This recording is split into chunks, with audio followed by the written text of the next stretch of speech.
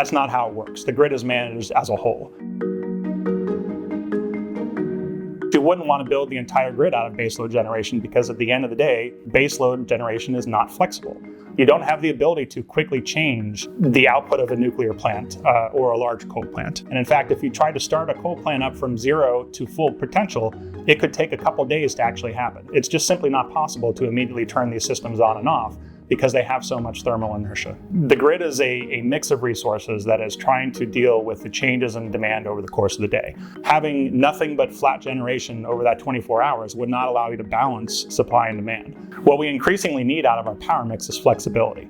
And one thing that baseload generation cannot do is provide that flexibility.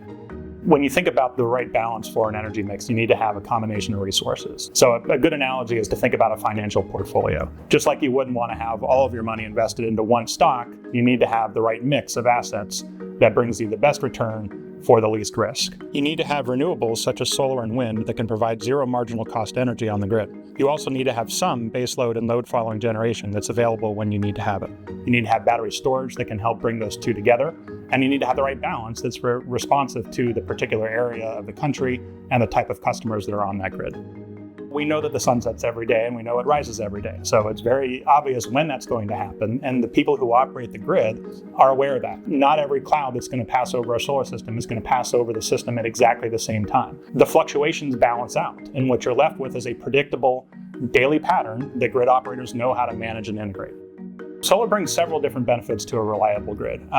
In the first place, it operates during the day and into the afternoon, which in most of the country is still when the highest energy use is. Another benefit of solar is that it has no fuel cost. So no matter what happens in terms of conventional energy prices, no matter what happens in the world, sunshine will always be free. It is a perfect pair with energy storage.